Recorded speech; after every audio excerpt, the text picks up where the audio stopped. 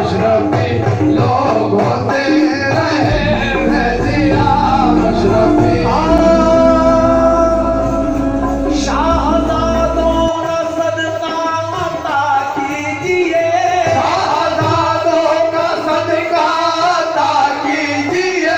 شہزادوں کا صدقہ عطا کیجئے شہزادوں کا صدقہ عطا کیجئے در پہ آئے در پہ آئے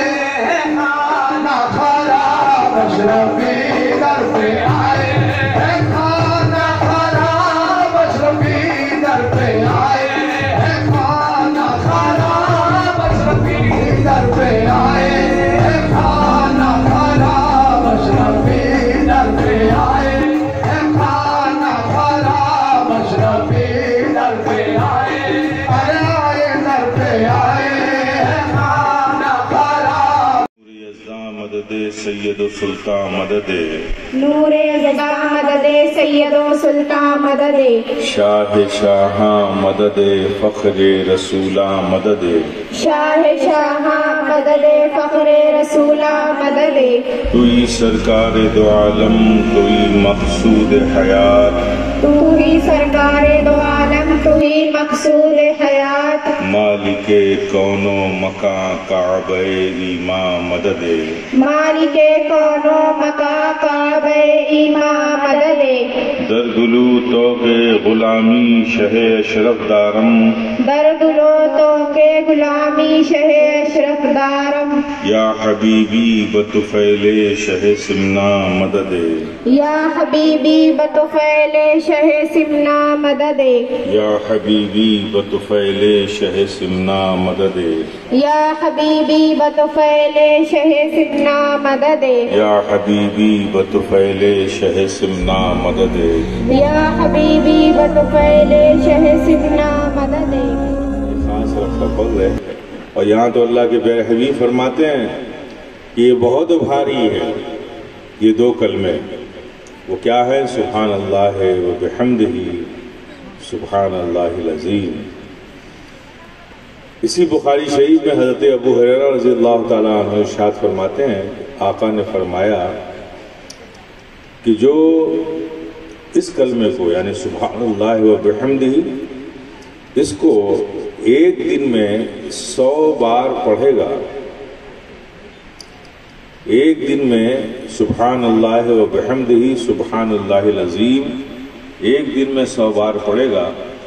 اگر اس کے گناہ سمندر کے جھاگ کے برابر بھی ہوں گے تو وہ سب دھل دیے جائیں گے 100 بار اس کلمے کو پڑھ لیا سارے گناہ دھل گئے کتنا عظیم ہے یہ کلمہ اور رب کو محبوب ہے یہ کلمہ اس کا پڑھنے والا رب کو محبوب ہے تو بڑی نعمت ہے اس کو وظیفے کے طور پہ پڑھنا چاہیے لوگوں کو پڑھنا چاہیے اور ہر نماز کے بعد دعا کا آخری حصہ اسی کو بنانا چاہیے سبحان اللہ و بحمدہ سبحان اللہ العظیم چونکہ ہمیں پتہ نہیں ہے کہ ہمارا کون سا لفظ کون سا جملہ کون سا کلمہ رب کو پسند ہے اس کا پڑھنا رب کو پسند ہے ہمیں یہ معلوم نہیں لیکن اس کے بارے میں تو اللہ کے پیارے حبیب نے ارشاد فرما دیا کہ یہ محبوب ہے یہ محبوب ہے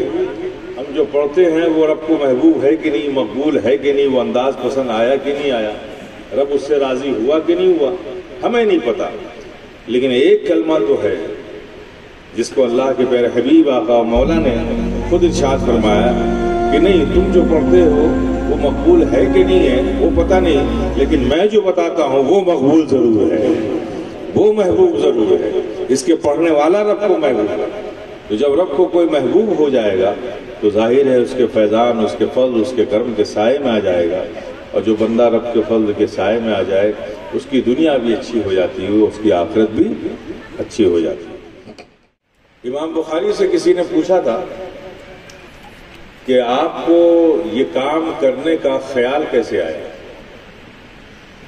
دنیا میں بہت سے کام ہیں ہے کہ نہیں لیکن وہ کام عمل بعد میں ہوتا ہے انسان کو خیال پہلے آتا ہے جب کسی چیز کا خیال آئے گا تو اس کے بعد عمل ہوگا تو کسی نے سوال کیا کہ آپ کو ایسا کرنے کا خیال کیسے پیدا ہوا کہ نبی کی احادیث کو، اقوال کو جمع کیا جائے؟ تو امام بخاری فرماتے ہیں کہ وجہ تعلیف یہ ہے اس کی کہ میں نے ایک دن آقا دو جہاں صلی اللہ علیہ وسلم کو خواب میں دیکھا، اس حالت میں دیکھا کہ آقا تشریف فرما ہے اور میں انہیں پنکھا جھل رہا ہوں، پنکھے سے ہوا دے رہا ہوں۔ میری آنکھ کھل گئی تو میں نے اپنے اس خواب کو مشائخین بصرہ کے سامنے رکھا اور بھی شیوخ کے پاس میں گیا اور میں نے اس خواب کی تعبیر پوچھی، تو بالاتفاق سارے مشائخین نے اس خواب کی تعبیر تقریباً یہی بتائی کہ تم نبی پاک صلی اللہ علیہ وسلم سے جھوٹ کو الگ کرو گے۔ جو لوگ نبی پاک کی ذات سے جھوٹ کو ملائیں گے، یعنی ان کے اقوال میں جھوٹ شامل کریں گے، تم ان جھوٹ کو الگ کرو گے۔ وہاں سے مجھے یہ ذوق پیدا ہوا، اور یہ ذوق تو آپ کو بچپن میں بھی تھا۔ 10 سال کی عمر میں حضرت امام بخاری نے 70,000 حدیثیں یاد کر لی تھی۔ تو امام بخاری اپنی اس کم عمری میں 70,000 حدیثوں کے حافظ ہو چکے ہے نا۔ یہاں تو ضعیفی آ جاتی ہے، 10-12 حدیثیں یاد نہیں ہوتی ہے نا، لیکن تو امام بخاری کا یہ ذوق تھا، شوق تھا، اور آپ کو بچپن میں آپ کی آنکھوں میں روشنی بھی نہیں تھی، آپ کی والدہ بخارا سے لے کے آپ کو مدینے چلی آئی، سرکار کی بارگاہ میں حاضر ہوئے اور وہی قیام کر لیا۔ ان کی والدہ نے خواب میں دیکھا، حضرت ابراہیم علیہ السلام کو خواب میں دیکھا، انہوں نے بشارت دی کہ بشارت ہو تمہاری دعا قبول ہوئی، تمہارے بیٹے کی آنکھ کی روشنی لوٹا دی گئی۔